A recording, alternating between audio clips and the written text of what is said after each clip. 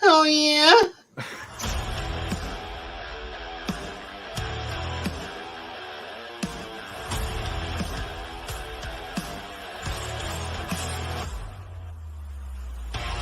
Welcome to the Pesky Report, a podcast for Red Sox fans.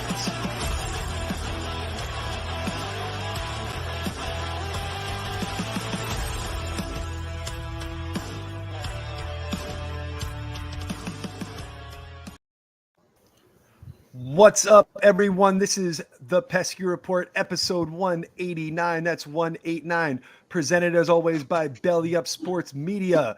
With me today, we got my boy Brad and Tim. This is Brady, your host. Brad, how we doing? Sipping? I'm doing all right. A little disappointed. My Astros didn't take both games. Astros. Okay. Yep.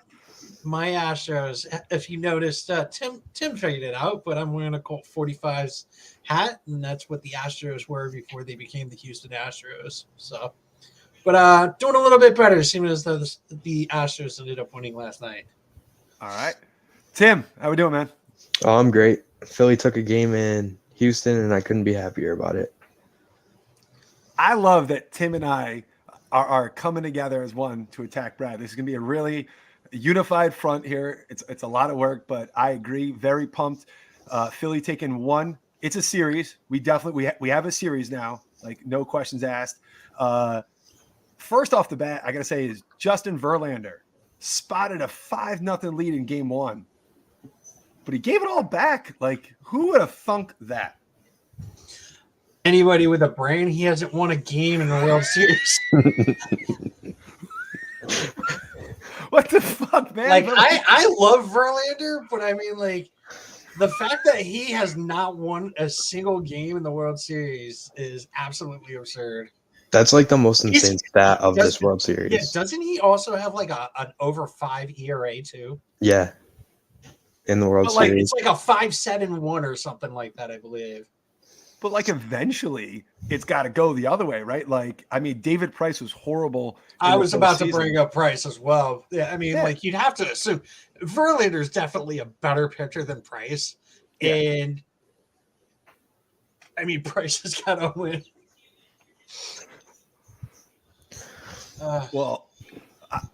It's just a 5-0 lead. You got the crowd feeling great. The Astros didn't even lose a game in the playoffs up to that point. Like, all of the momentum. There we go. That's a big word for me. I'm gonna try it again. Momentum was going the way of the Astros, and then it all started to shift. Right, everything went back the other way. Tim, how did you feel after game one in terms of where the series was going to move? It was in Bryce Harper's ass. Oh my God, here we go. That's Bryce Harper's dick was in his ass. Here we go. But anyway, I felt really good. I was thinking Philly's realistically in 5 or 6. And Brad, what did you have before this? Before the series started, you had it as what? I had a Astro sweep. That's Tim, okay. 5 is fine by me. Okay, so you're revamping now. You're going. They're Astros winning 5, right, Brad? That's you. Yeah. Okay, Tim. I had the Phillies in 7. I'm going to say Phillies in 6. I as well had Phillies in 6. I'm going to stay with Phillies in 6. They had to win one. Absolutely had to win one in Houston. We got ourselves a series. Game 2, again, the Astros jump out to the early lead. The fuck's up with Kyle Tucker? Dude's Ted Williams. He is Ted Williams. How about Framber Valdez? It's Framber Valdez of the sticky stuff variety. Oh my God! Shut the fuck up! Like, gotta acknowledge. No, not at all. His spin rate didn't change at all. So what was he doing? I don't know. Why do you switch gloves? Everybody, that's. I have no idea.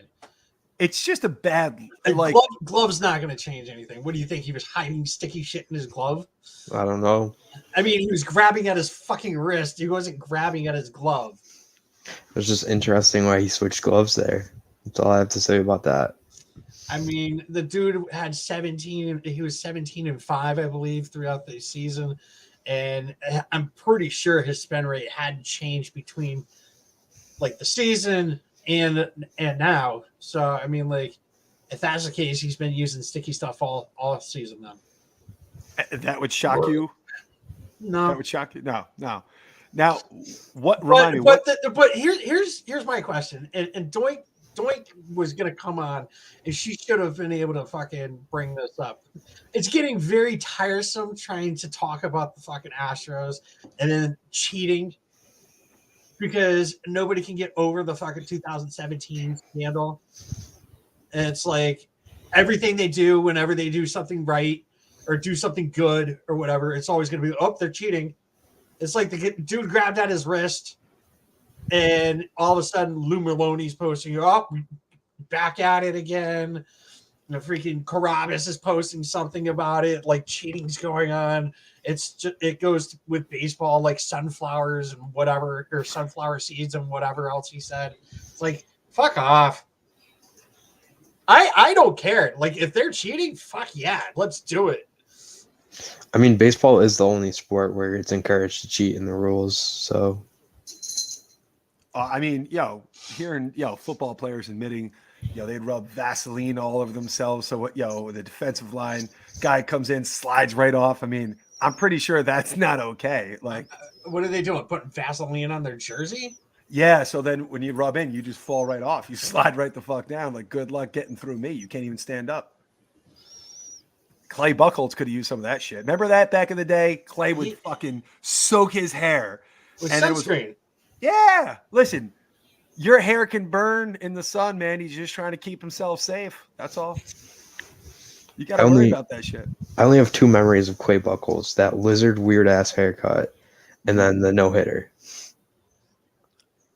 Oh, there's another nice tidbit. When Clay was in college, he was arrested for stealing laptops. So, he pulled a Cam Newton? Unfortunately, I'm going to assume yes, because I don't really know much about Cam Newton's background, but I do know Clay Buchholz. I also love the game he got in trouble for all the sunblock in the hair. I remember this like yesterday. They were in Toronto and the dome was closed. And it was like, the fuck's in your hair? He's like, sunscreen. But there's no sun. Like, that might take a little too far. You know what I mean? With the foreign substances here. So, all right. So Tim's got it in 6. I got it in 6. Brad's going to be the oddball yet again and going 5. And Brad, if you could just enlighten me real quick, why are you Team Astros? Baker. Okay, for Dusty. Okay, fair enough. Everyone loves what, you think it's because I don't want Dombrowski to win? No. I don't think what was that for? I usually don't root for other American League teams to win unless it's been a team that hasn't won in a super long time. Ever since the scandal came out, I've been a pro Astros person. If it's not the Red Sox, I want the Astros. I get that. If it's Red Sox versus Astros, sorry. They lost an Astro fan. Who was it? Game 1 or 2? I think it was game 1 where the Astros batter leaned in a little bit to take that it. That was game 2. That was game 1. Yeah, I thought that was game. Yeah, that was game 1. Yeah, that was. Yep. So first question is, trying to remember, is the batter automatic? I want to get this straight. Is the batter automatically out if he's intentionally hit by a pitch? If he leans into the pitch? Yeah. I don't think he's automatically out. I think it's just a strike. I think it's a strike. Well, it's all right. So it was clearly a ball, right? I mean, like, it was going to be a ball. So he didn't lean into it, though. He did give it a little bit, though. He definitely he dropped a little bit into it. Oh my God. Wait, you don't think he leaned into a little bit? Whatever. I watched the interview after the game. Even he was kind of smirking a little bit, like, yep. I mean, Tim, what'd you think? Oh, he leaned into it 100%. Mhm. Of course, this dude's gonna say he leaned into it. He was fucking Harper and the Phillies to win. He's gonna be like the #1 fan in Philly, fucking eating horse shit in the fucking at the parade. Going, he's gonna be like one of those fucking idiot Eagles fans. What was that sound again, Brad? Yeah. Thank you. Thank you. Do you Thank guys remember that when the Eagles won?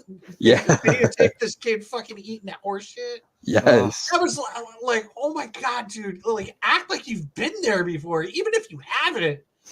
Like, and How now, excited do you have to be?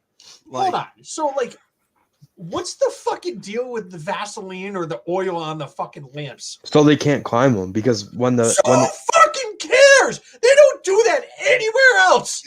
do you remember when the Eagles won and they climbed them and they knocked a bunch down? Oh my fucking god, dude! What a bunch of losers. They knocked a bunch of light posts and stuff like that down. And then they do it, raise their fucking taxes. It's not a well thought out plan. I mean, that's fair. What, eating horse shit? Yeah, I wouldn't imagine. Nor is climbing the lights and breaking them over and then get your taxes raised. But I mean, both. I mean, both when the Red Sox won in 04, we were flipping over cars. Did you ever see the story about the girl that got hit in the eye with one of those? I don't want to know what she got hit in the eye with. No, I was thinking that too. all right. That's not where I was going, but I'll just leave it at that since it's a funnier story. What'd she get hit in the eye with then? Like a little small little bean bag. Yeah. See, a bean bag? No, I didn't know what else to call it. Fuck. I really didn't mean it like that. Damn it. She got hit in the eye with a bean bag. Everyone Not a good story here. And it was Brady. a cop. No. That's not gonna help it either. All right, so Brad, your take was he did not lean in to get it. Whatever, dude. I'm gonna be dead honest with you. Yeah. I only watched game 2. Okay. I passed out for game 1. All right. So here's my thing is the set of balls on the umpire in that spot, because I believe that was the bottom of the 9th, right? It was. To come in Dude, did you hear what he said to the fucking he said to him too? He's like, you fucking leaned in. He's fucking right, but like you gotta be uber confident in yourself to make that call. Like that's not an easy thing to do at all. To make that call right there, like having the eyeball to fucking make that call. Yep. Now that because we're talking about the fucking umpire and whatnot, you know where I want to go. Mm-hmm. I want to talk about the fucking umpire in game 2. Please what was his name? Humberg? Was it Humberg? Horberg? Bloomberg? Whatever. Jesus Christ. I thought you actually fucking had it up. I'll get it. No, fuck off. I got it. It's Hoberg. Pat Hoberg. Same shit. All right, come on. Had a perfect fucking game behind the plate, according to umpire scorecards on fucking Twitter. Round of applause. Yep.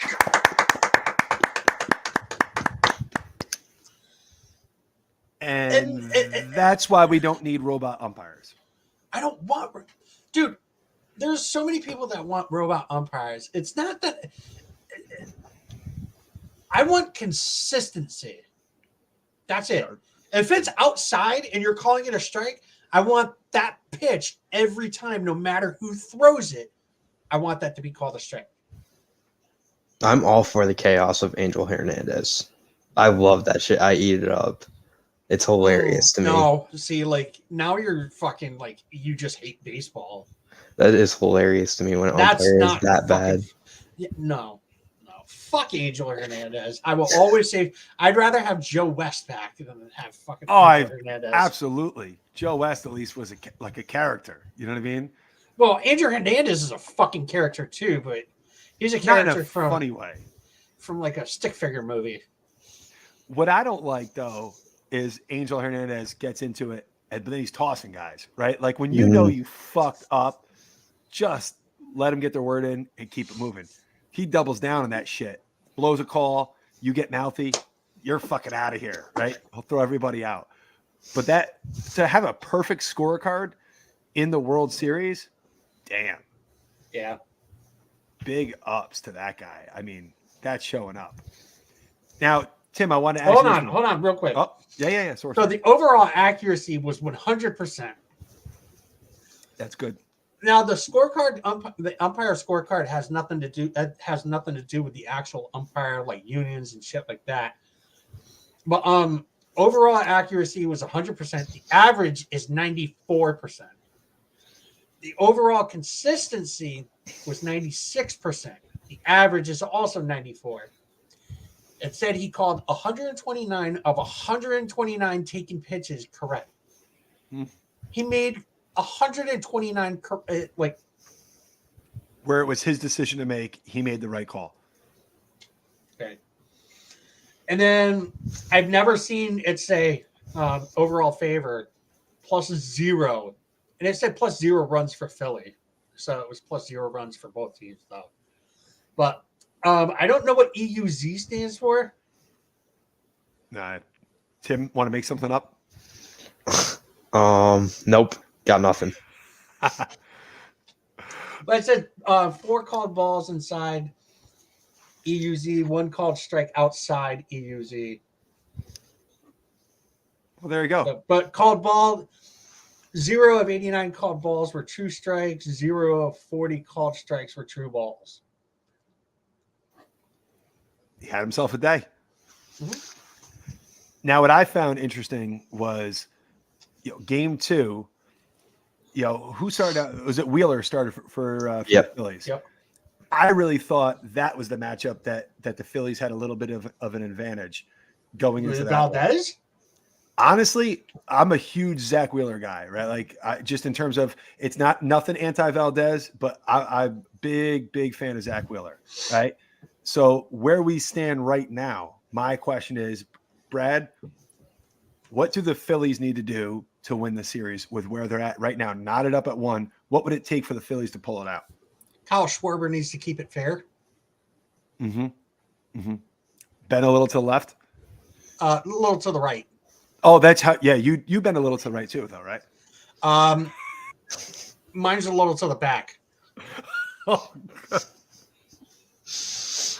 all right. So you got Schwarber's got to straighten his stick out a little bit, right? Yeah, that was hilarious. Like, everybody was like, no, like there was one Astros fan that was like, he was like, that went foul.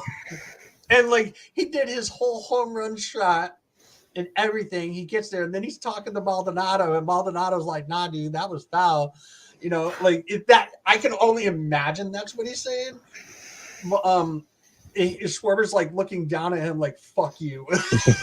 And then he knocks one like super, like, it looks like it's about to go out, and then Tucker's just like, nope. So you got Schwarber's got to heat up. That's got to be the difference maker. It's not. It's not. I was making fun of Schwarber. I know. I'm trying to. I want to feel. What do you think it takes, though?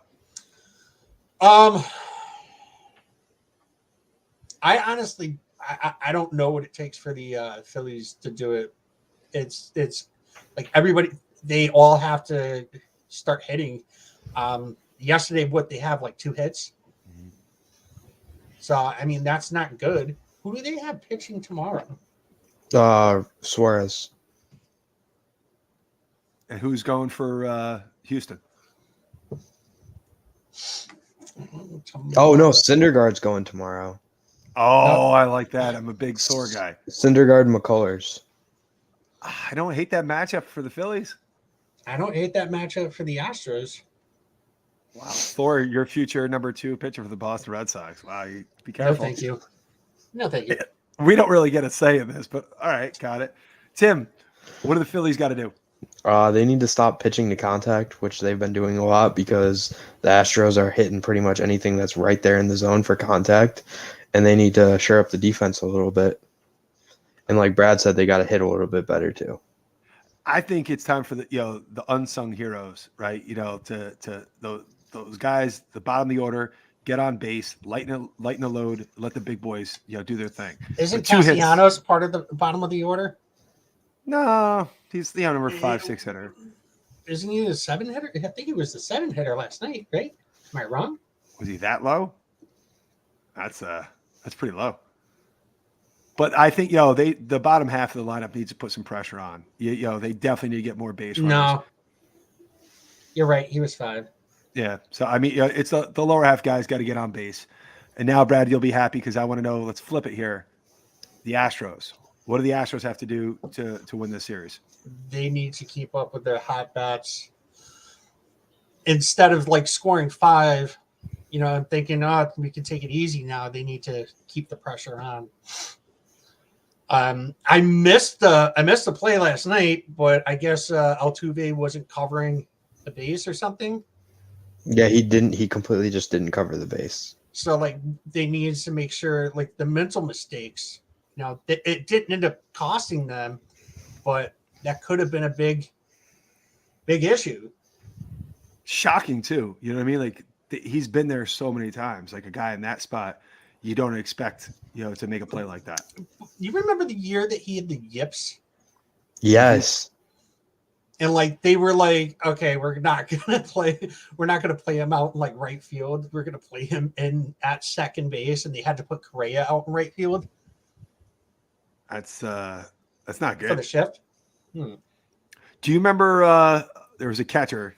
Now, Tim, you're way too young for this one. Mackie Sasser for the New York Mets. That guy. He was a great like 1 year. He was mashing everything as a catcher. Developed the yips. Could not throw the fucking ball back to the pitcher. Oh, so it was like Rudibaker from Major League. It was awful. Then they tried to make him first base, DH, outfielder. Didn't work. Once his confidence went. But the yips, man, they are yikes.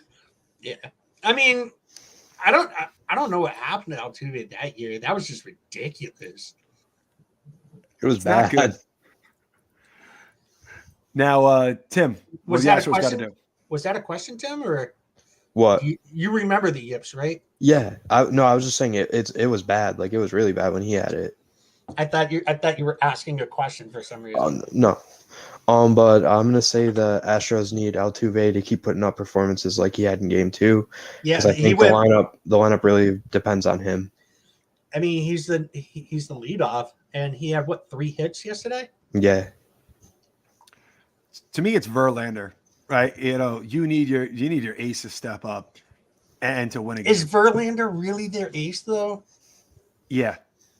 Yeah, he is. He's their veteran. I don't think he's the ace. Tim, thoughts on that one? Tiebreaker here, Tim? I think they have 2 or 3 aces, honestly. That's how I see their rotation. Valdez is – I don't know, dude. Framber's legit, Brady. I'm not saying he's not, right? I'm just saying that I'll reword it this one. Ready? Justin Verlander's got to pitch and show up big time if they're going to win. That's just my – he needs his first win. Yep. And it's got to be a statement game.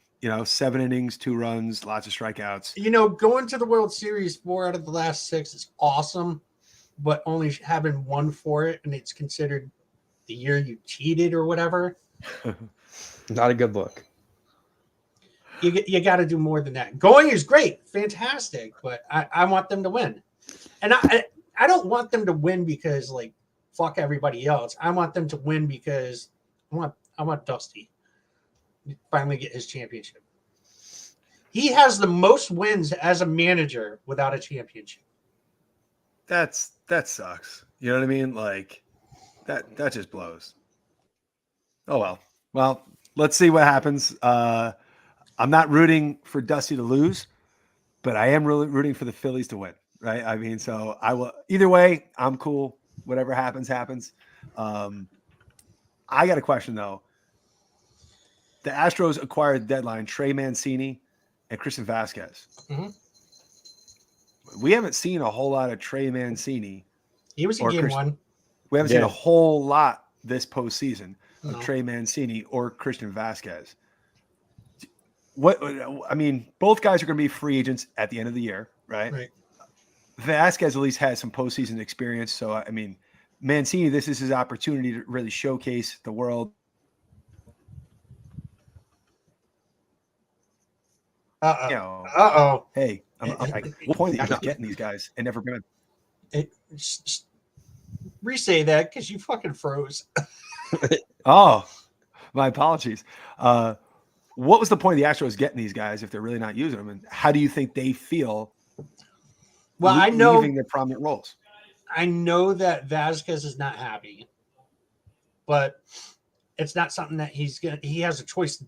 He doesn't have a choice in the matter. Mm-hmm. Neither one of them really have a choice in the matter. No. I mean, Yuli's the first baseman, so Trey Mancini isn't going to play first. Alvarez is the DH. I mean, he can't play left field, so can't Mancini. And they're not going to put like they should, but they won't put Vasquez in over Maldonado. I think Vasquez is going to get the start. Oh wait, McCullers is pitching tomorrow, so Maldonado is probably going to get the start tomorrow. Yeah, it's because the pitchers prefer to pitch to Maldonado. Yep. And we've seen that in Boston too, that, Vasquez, for being the more offensive the two catchers. Is really he just like a New York thing where your internet just sucks? It might be, dude. Because Doink's internet sucked. Tim's internet sucked. Your internet's cutting out. Listen, as though your internet has never had an issue. I love it. I mean, it used to. Connecticut, home of the greatest internet of the country. Everybody knows that now. It's clearly established. It's established. No, I don't know all about that. Hey, Brad, would you want Vasquez back? I wouldn't hate it, but I mean, I think we have other positions that we need to fill. I mean, Tim? we have Wong, we have fucking Beatty McBeaterson. Sure do, pal. I wouldn't hate it, but like I said, I'm perfectly fine with Dollar General Reese and Connor Wong. I don't think they should spend the money on Vaz. It needs to go to the bullpen, honestly. Because if you're going to give him between like 9 million AAV, that could go to a bullpen arm easily. All right. I mean, I hate it because, you kind of feel like when you saw him get traded, he didn't want to go. I mean, that's clear. He looks like a guy who really, really wants to come back. But catchers don't usually get better as they get older. That's for me. That's the other thing too. He doesn't hit enough to become a first baseman or to play him at DH. It sucks. I'd like to see Vasquez do well, but I think his time in Boston is kind of come and gone here. But Brad, this brings me to an interesting point, though. We're tying a little Red Sox current day stuff here. And this entire postseason World Series, which is to say, it is almost like a political debate now. Not that we're getting political, but the Heim, Dave Dombrowski debate amongst Red Sox fans is almost in full force here, right? Dave's success, juxtaposing right now the season with the Red Sox just had. So as we're looking at things right now, do you think? Well, first off, why do you feel that Dave was let go? He actually came out and said he didn't understand it. It was very abrupt. First time I remember really reading about it. So why do you think he was let go? Ownership decided that because of all the money that they had spent on the team at that time, they needed to go another route. They needed to be more sustainable and whatnot. Now, I'm going to say something that you're going to love. I don't hate Dombrowski. He does exactly what he's hired to do. Dombrowski was given blank checks, right? Granted, Heimblum has been over the luxury tax recently, but Dombrowski has been given blank checks. Bloom really hasn't had that opportunity to, here, I'm just going to go ahead and sign this person, that person. I'm going to trade for this person. Like, he signed Price. He went and traded for Sale. He went and got I'm talking about Dombrowski here. Mm-hmm. He went and got Kimbrel. You know, he did all that stuff. Now, Bloom is a person that does the opposite. He tries to find a diamond in the rough. So, I mean, Dombrowski's known to do the trades with the minor leaguers and whatnot. And Bloom, I don't really consider 2020 like a real. I'm trying to figure out like what's the proper way of saying it. It was fucked up. It was weird.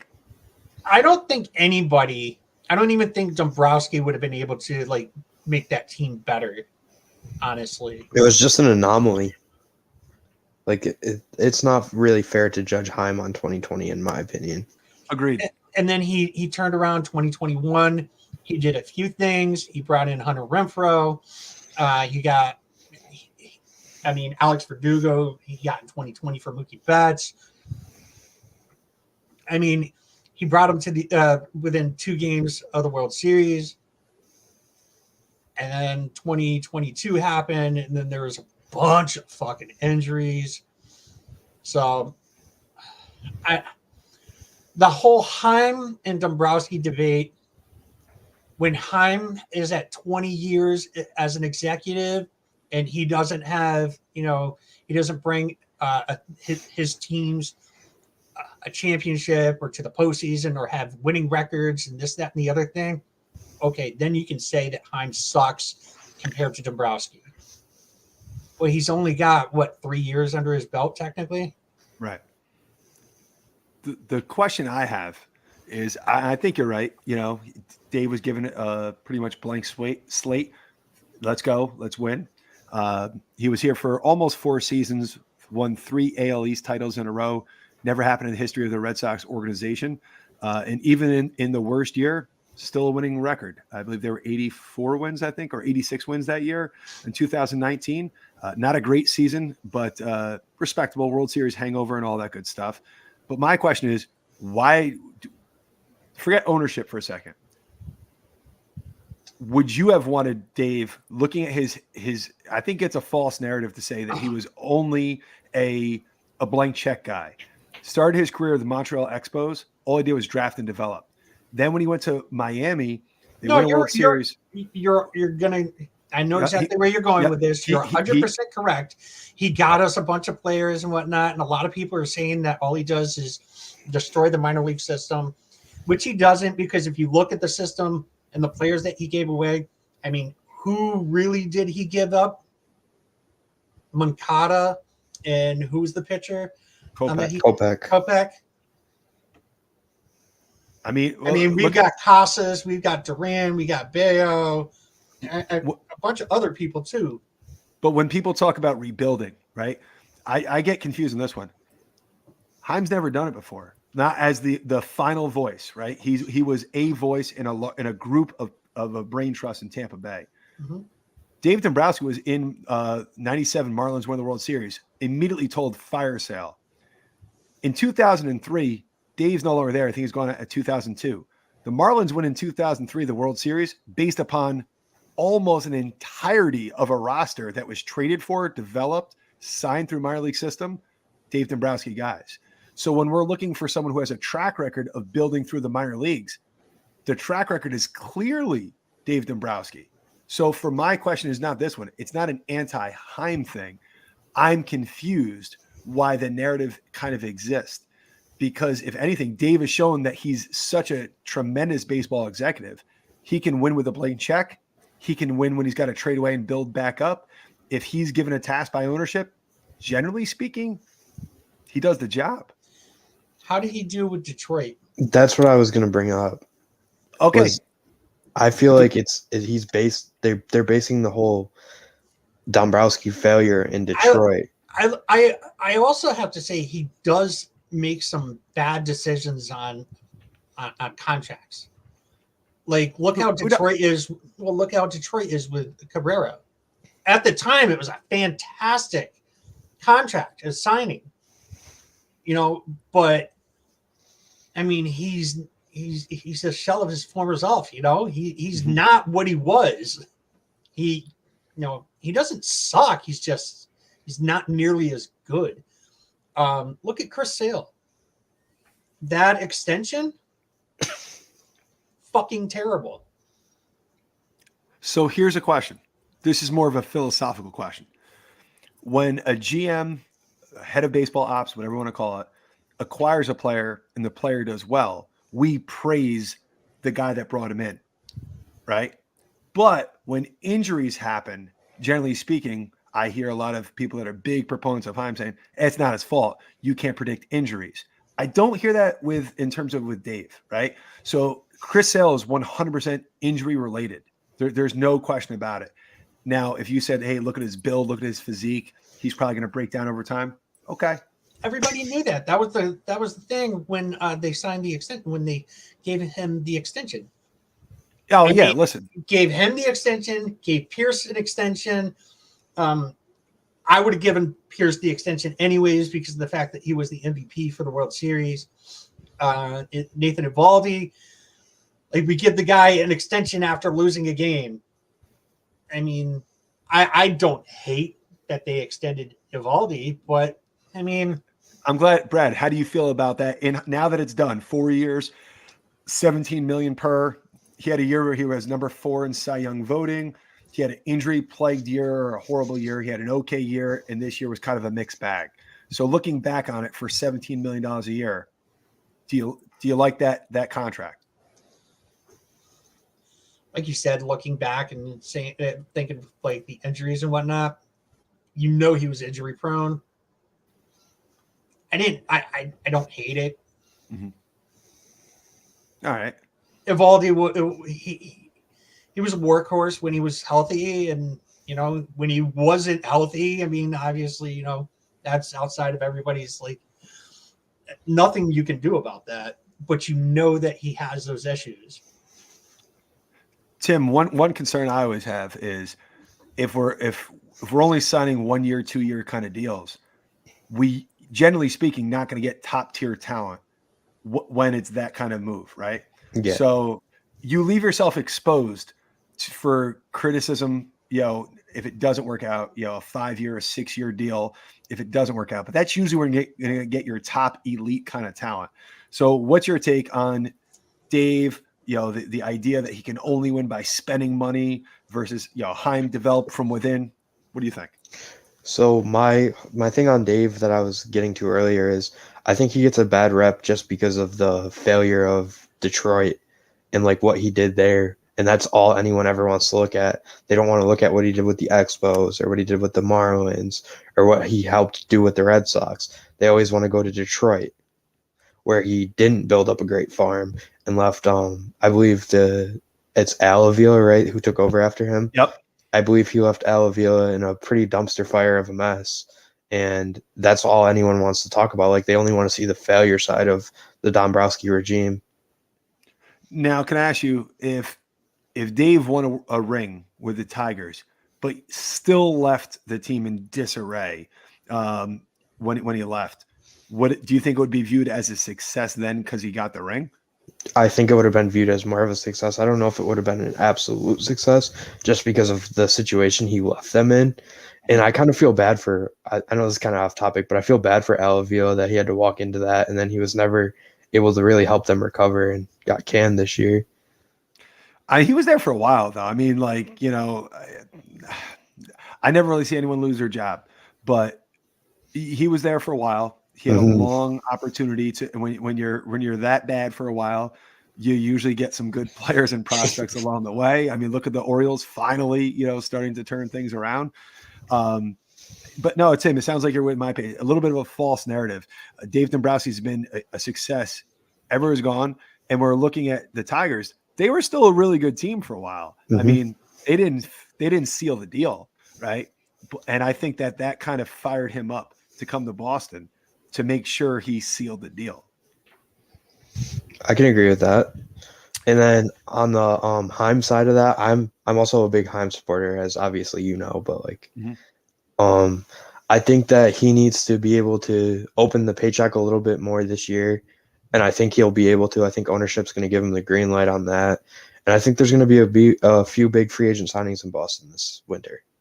Yeah, I mean, with all the money coming off the books, you should, one would hope so, right? I mean, not everyone can be a 1-year deal, left and right. But I mean, I'm rooting for Dave. I'm not an anti-Heim guy in any way, shape, or form. For the record, I think he's going to have a kick-ass offseason.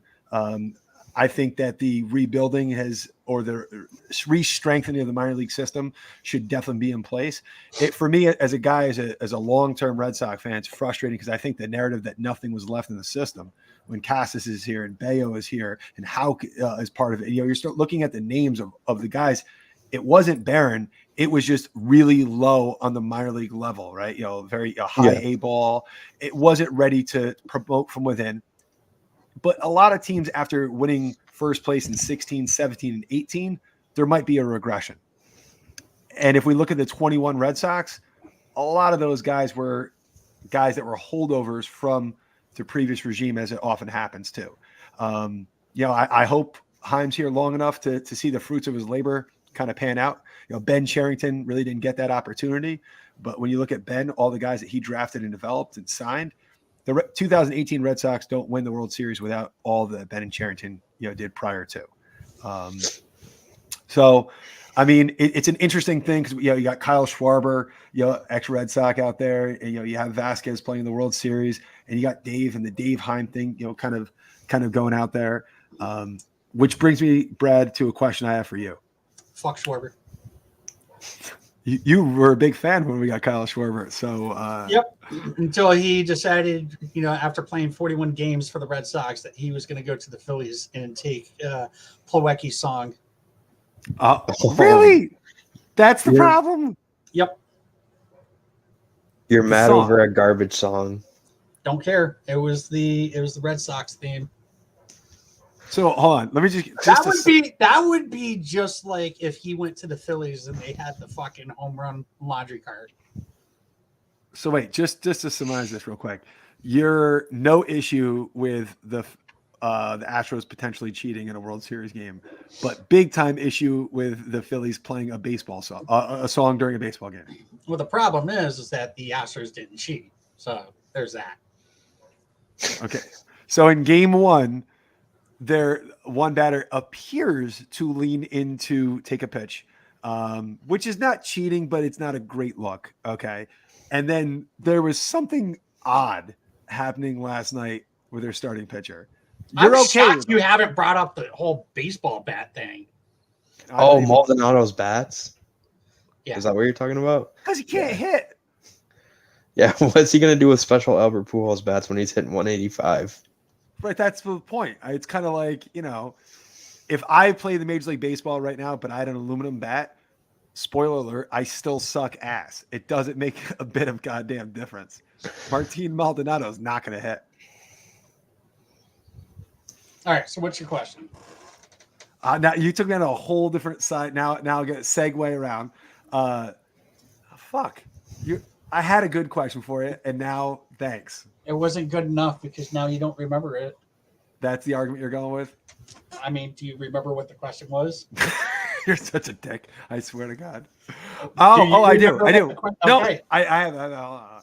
So a lot of growing belief out there is that, obviously good news with Rafael Devers, that it feels like we're moving in the right direction, right? That's good. Xander Bogaerts kind of feels like it's been a little quiet, maybe a little too quiet. Maybe we're going in the wrong direction. So I wanted to know before anything starts, right? Because I think it's 5 days after World Series, things really get hot and heavy. Mm-hmm. Do you just want Xander back because you know him, you love him, he's a Red Sox guy, he knows how to handle Boston?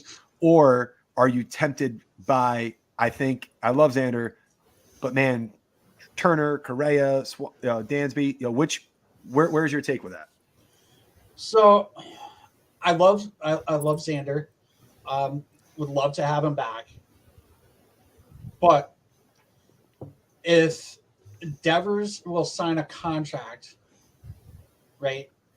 Sign him for forever, you know, with before we have to sign a shortstop, then I'm okay with saying goodbye. So what's your number But one outcome? But I think they're going to have to sign Bogey to get Devers. See, I don't see that. I think that's what's going to end up happening. And I think that's what they think is going to keep Devers. See, I've heard that. I don't personally see it. I see Devers wants his money. I know Devers wants his money, but you also got to remember he's got to play with Bogey. He's only played with Bogey. Right. I don't think if Carlos Correa is the shortstop for the Boston Red Sox, that he's going to be. I think he'll get over it pretty quick. I do.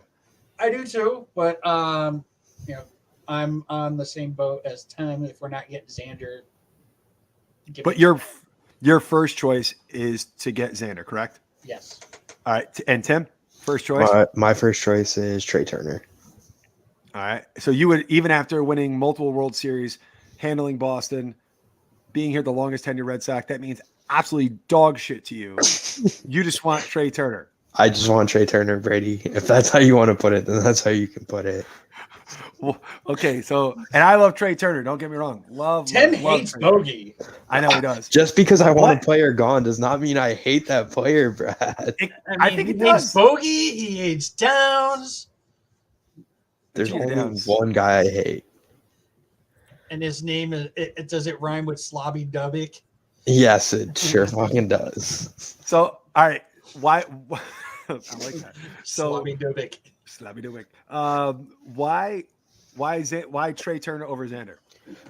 Because in my opinion, Trey Turner is a more Heim Bloom guy. He's more athletic, a little bit younger. He can play multiple positions. He his fielding isn't much better, but I'd say it's a little bit better just due to the quickness, and the bat is about the same in my opinion. For me, this one, winning in Boston, it's not an easy thing to do. Xander's my first choice. I'd love Trey Turner. I agree with what you said about positionality, especially with Marcelo in the future. I could see Trey Turner playing center field, right? He looks like a guy that could adjust to the outfield as time moved along. So I think that would be a really attractive feature. But boy, Xander, it would be. I'd be nervous. The thing is like if Xander signs 6 years, 7 years? Is that what we're thinking? Yeah, that's what's going to be what he's going to get.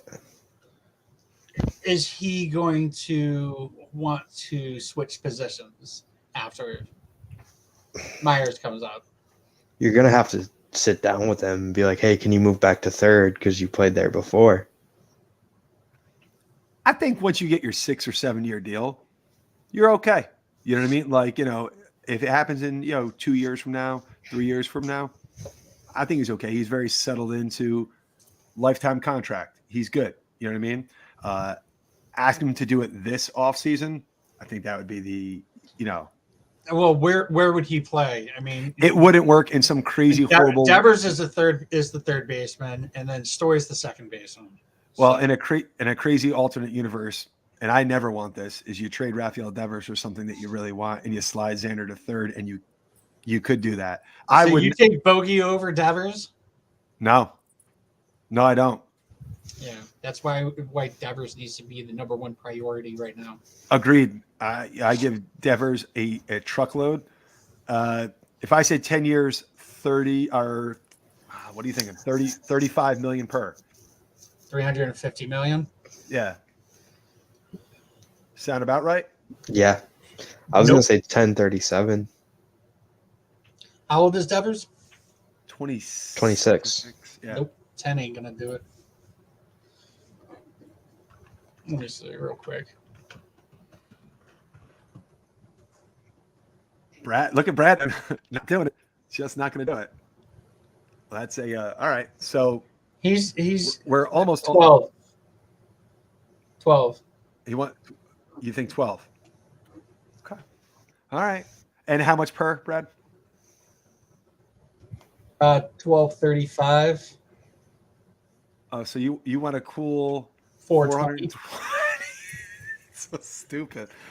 I didn't actually do it because of that, but that's just a giggity. Gotcha. Okay. All right, Give him now, $69 million. Giggity. so Oh, Brad, yeah. Brad, I gotta thank you because the other day, I wasn't feeling well. You sent me a little text, and you said, "Hey, check out the last episode because you gave me a good shout out, and I listened to it, heard it in the end, and you agree, closer by committee does not work, right? Does not work. That took a lot for me to say that.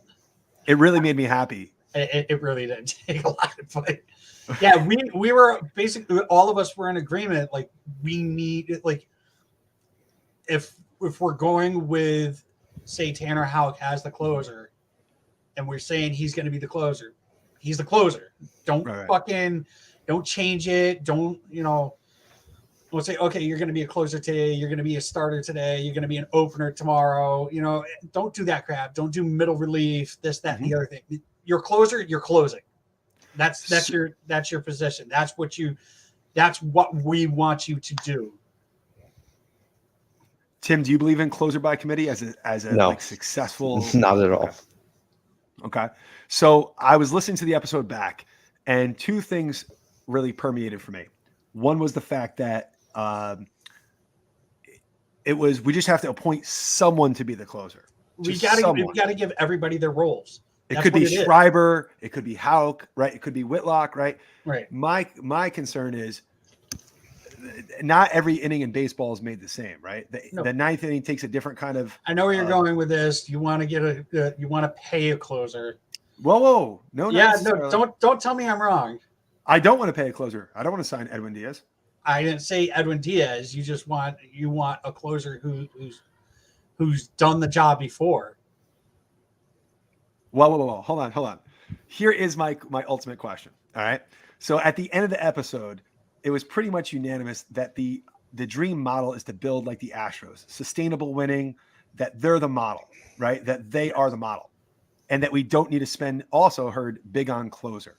However, Tim, who is the closer for the Houston Astros? Tim? Ryan Presley. Thank you. And how much money does he make per year? Do you know? I'm going to take a guess. 17.5. He makes $15 million a year. You'd say it's pretty well paid for a one inning reliever? Yeah, that's really good. So if we are modeling ourselves, if the dream is to model ourselves after the Houston Astros because of their sustainable success, then clearly even the Houston Astros, as well as the Los Angeles Dodgers this year in Craig Kimbrell, paid big money for ninth inning relievers. So my question now is, if we want to build sustainable success, might that actually begin with having a legitimate lockdown reliever instead of just trying and spinning and hoping? So Edwin Diaz it is. For me, no, that would not be my. We have more holes than we can fill. With Edwin Diaz, it costs too much money. So if we went out and got Edwin Diaz, you'd be like, man, we really should have got something else. No, I'd be totally fucking pumped. I would be total trumpets. That would be. I would buy a jersey. Dude, hold on. So, just speaking of the trumpets, that's my alarm every morning. I wake up, it's like. How great would that be? How great would that be? The only issue with Edwin Diaz is he only wants to sign 1-year deals, which that fits Heim's description. But if we're gonna get a closer like that, I want him on like a 4-year deal. Agreed. Although truthfully, the nature of relievers is they really go from year to year. Mm-hmm. So I would be all in on a 1-year, $20 million deal for Edwin Diaz. Aroldis Chapman's a free agent, isn't he? Here's the thing that sucks, because relievers, he could be great next year, right? You know what I mean? Like, I don't want to roll the dice on it, but he's going to pitch somewhere. In Miami. Miami, you think? Miami. What if he can't? And Jarren Duran, you are a Marlin. What if the Rays? Comes out throwing They gas. do. But they do closer by committee. That's a thing too. That I'll say I'm a little bummed. I thought for sure all you see with Tampa is power arm after power arm after power arm kind of that pen. 3 years into the Heimblum experience, I'm still waiting for. You're waiting for him to pluck out of the Tampa Bay organization because your internet that sucks. development. I know. You're breaking up. And I don't know. Now still? Yes, no. Okay. No, go ahead. All right. You're upset that he hasn't plucked from Tampa. If not Tampa, just develop on his own. I want to see these guys like Frank German come up and I want to see it like instant boom, right? That's what I'm looking for. And I haven't really, Zach Kelly has looked really good. I want to see more of those guys. That's all. I guess I just want to see more opportunities of those guys. And honestly, if I'm the Red Sox this offseason, I want to see David Bednar. Is it Bednar from Pittsburgh? He's a closer I would love to have. Scott Barlow from Kansas City. I don't want to spend big. Speaking of Kansas City, go for it. They just hired Matt Quattraro. What's his last name? I don't know. Did they? Yeah. He is their manager. That's a tough job there. I mean, nobody cares, but I mean, it's a tough job. He was a finalist for a while. Yeah, and Will Venable was also in on that. So another thing that I'd like to talk about, Red Sox related, I want to talk about the captain and something his wife posted the other day, which made a lot of people nervous. Tech's wife, Catherine, made a post the other day. She was like, Miami, it is. And everybody knows that Miami is looking for a manager. And everybody thinks that Veritek is going to be a manager very, very soon, which, whatever, I think if that's what he wants to do, then cool. But man, she had everybody going. She had me spooked. Yep, definitely had me spooked. I posted, I quote tweeted her, and I was like, I don't want to lose. I don't want to lose. I don't want to lose Tech in any way, shape, or form. But she confirmed that Tech loves the city he's in. Do you think he's ready if Will Venable left to become a bench coach? Absolutely. I think Tech is more of Cora's right-hand man than Venable is. Like, I think Venable is right there and whatnot. Like, he's there to make the decisions, this, that, and the other thing with Cora. But I think because Tech has been in the, he's had, three? Was it 3 or 4 no-hitters? Was it 4? He had Buchholz, right? Hideo Nomo, Lowe, and Lester. And that's 4. Yep. Yeah, that's 4. So, I mean, like a guy who calls a game and the play and your coach is Tito. No, he's got it. I mean, yeah, he's definitely, that's a little bit of a scary thing. Tim, what about you? If Venable gets a job, I'm not even sure. There'll probably be an opening somewhere. If he was to get a job, you want Tech as the bench coach? 100%. Will Venable, you are the manager of the Miami Marlins. I thought they had a manager. What'd you say? Did they? I thought they hired somebody. Oh, they did. They did. I forgot about that. Yeah, they hired Skip Schumacher. Yep. Is there any current openings right now? Chicago White Sox. They're talking about Ozzy. What? Ozzy Guillen. I love the returns of older guys coming back. I think it's cool. I don't want it to stop. Who is that? Is that on your end? That was me. What is that thing? Ooh, I don't know. Put it away. Damn, it's too much. Roll it back up. Holy shit. before off season totally kicks in, because I know we got a little bit with the World Series comeback, I just want to ask one philosophical question for you. Brad, going into next year, would you prefer a set DH or would you prefer a rotational basis? I think rotation is okay. I don't think it would work. I think that's the way they're going to go. So let me take that back.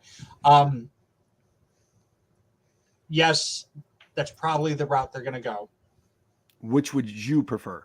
I would prefer a set DH. Tim? I have one name for you. Jose Abreu. And we know that Brady has memories with Jose Abreu. Yep. That actually have Matt Barnes involved in it. Mm-hmm. We can finally come full circle. Yep.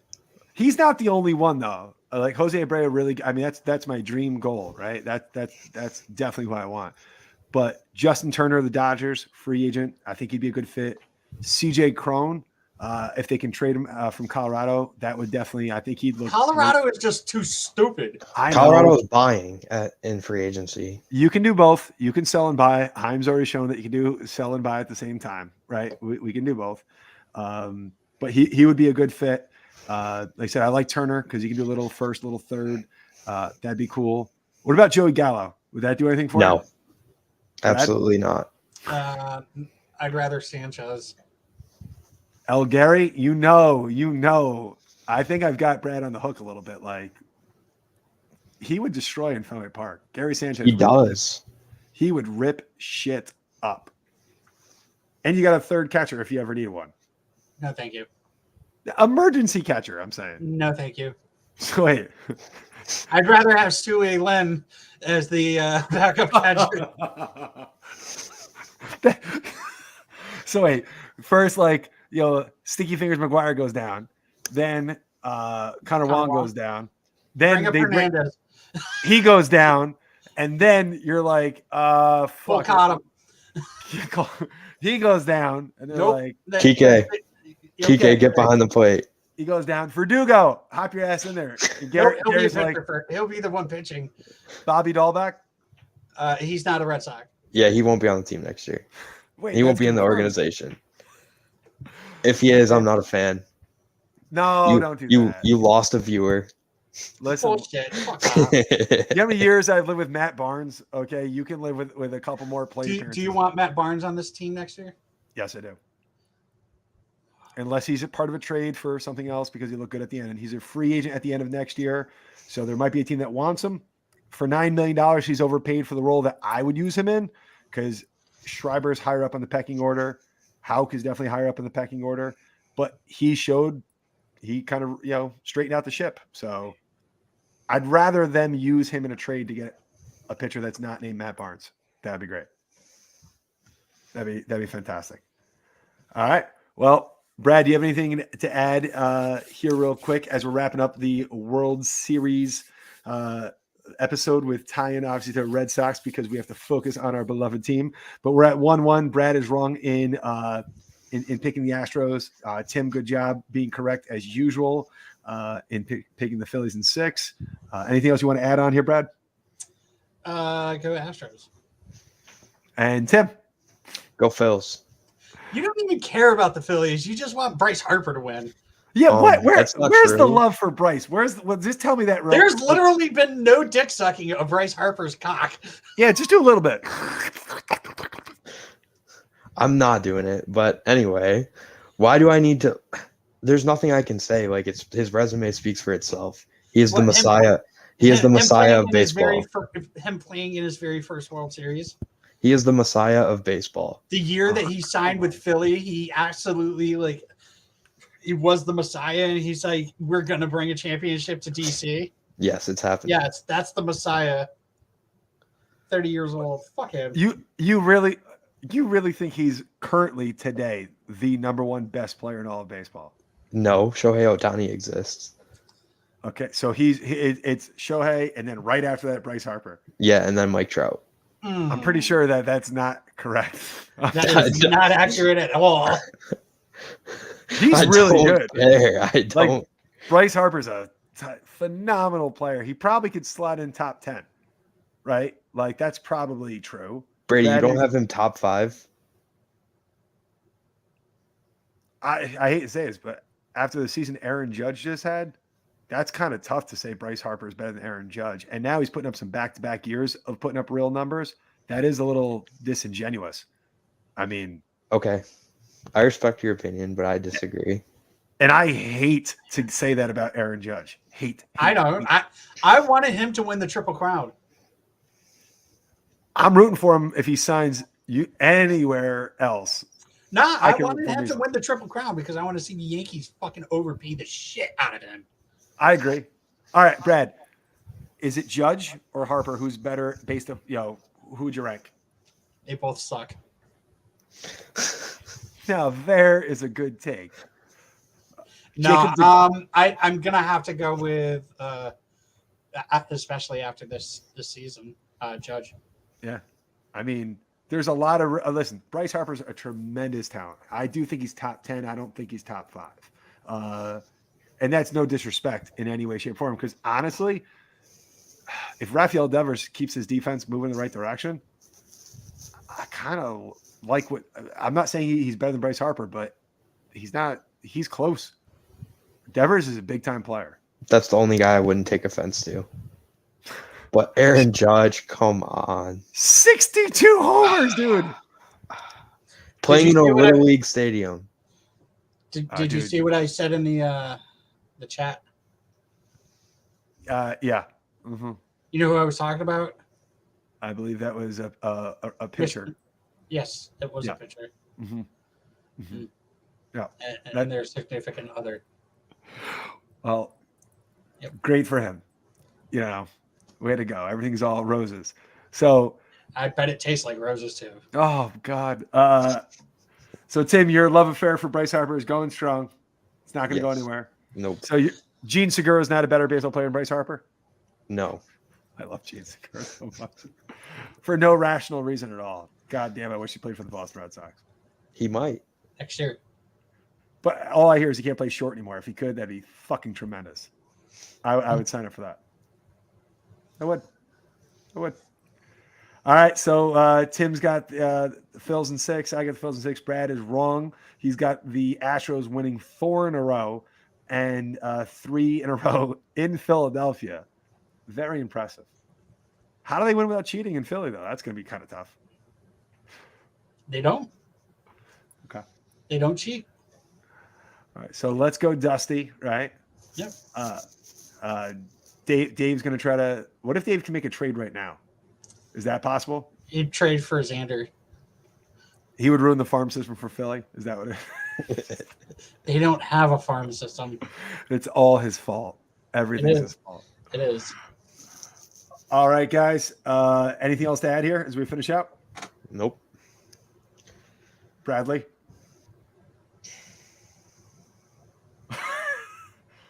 No. Oh, yeah. Thanks for watching. Make sure to follow us on Instagram, Twitter, and Facebook at Pesky Report.